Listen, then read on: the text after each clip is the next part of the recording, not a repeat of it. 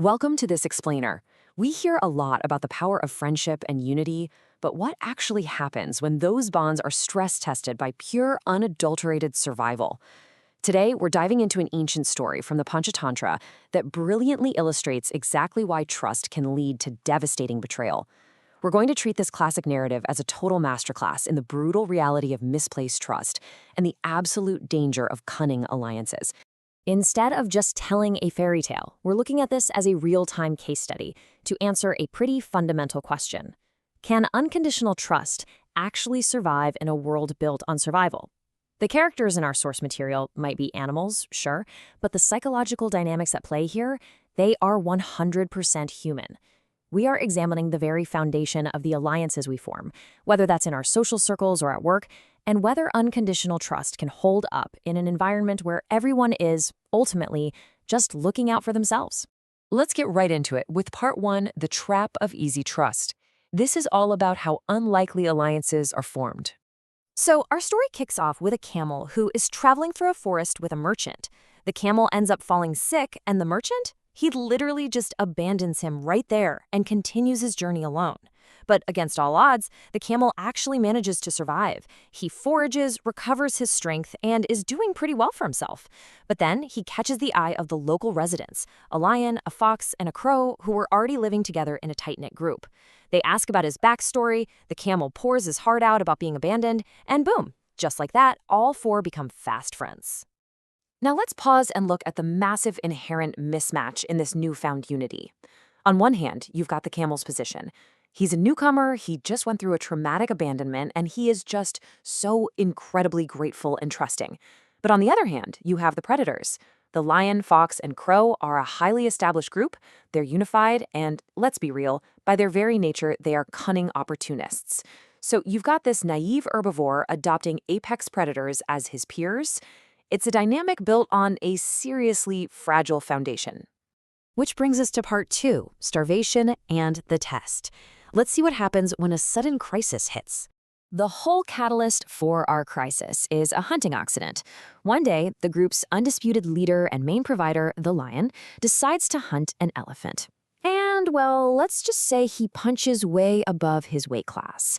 It goes horribly wrong. The lion gets hurt so badly that he's completely confined to his den and cannot come out. This is absolutely crucial, because with the provider incapacitated, the entire ecosystem of this little group just collapses overnight.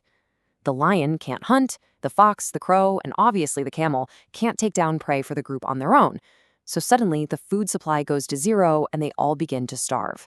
The pressure is officially on. That honeymoon phase of their friendship? Completely over. Driven by sheer starvation, the lion calls his friends in. He tells the fox, the crow, and the camel to fan out in completely different directions and not to come back until they find food. But they find absolutely nothing. And here is where the fatal shift happens. Instead of going back to the lion empty-handed individually, they convene. The three subordinates hold a secret, highly calculated meeting deep in the forest to figure out a plan before heading back to the den. All right, moving to part 3, the illusion of sacrifice. Watch how they set a highly deceptive trap. Okay, so the group returns to the lion, and we get this incredibly deceptive piece of theater. First, the crow steps up. He says he couldn't find food, so he offers himself up to be eaten. Instantly, the fox jumps in like, "No way, my lord, the crow's way too small." And then the fox boldly offers himself instead.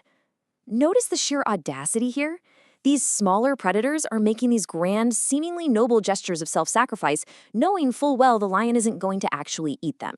It is perfectly designed bait, playing right into the naive camel's desperate desire to belong and match their loyalty.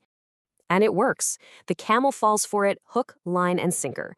Believing in this illusion of unity, he steps forward and delivers these fatal words. He literally engineers his own demise right there. He projects his own good, honest intentions onto a group that is completely incapable of returning them, mistakenly thinking he's just participating in a noble ritual among equals.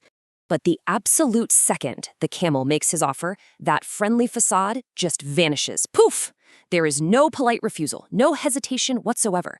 The lion and the fox pounce on him immediately. The trap snaps shut. Let's dive into part 4, Anatomy of a Betrayal, and really understand the fatal flaw at play here. If we break down the psychology, the camel's fatal flaw was assuming everyone thought exactly like he did. He operated entirely on loyalty and equality, assuming the rules applied fairly to everyone. His naivete completely blinded him to the true nature of his companions. The predators, meanwhile, operated strictly on cunning opportunism. To them, the camel was never a friend, and certainly never an equal. He was just a walking insurance policy for when things went south. When hunger replaced comfort, their inherent nature took over. The source text leaves us with a few really harsh realities to digest. First off, a friendly facade doesn't rewrite a person's core nature. People who are fundamentally cunning will eventually act on it. If you trust others too easily without actually understanding what drives them, you're opening yourself up to disaster. When times get genuinely tough, the mask always slips, and the opportunist takes over. So, as we wrap up this explainer, we're left with a stark reminder about how opportunism really works and why trust leads to betrayal in the wrong company.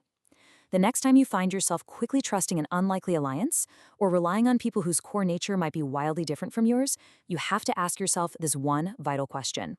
When the pressure is really on and survival is at stake, do you actually know who your friends are?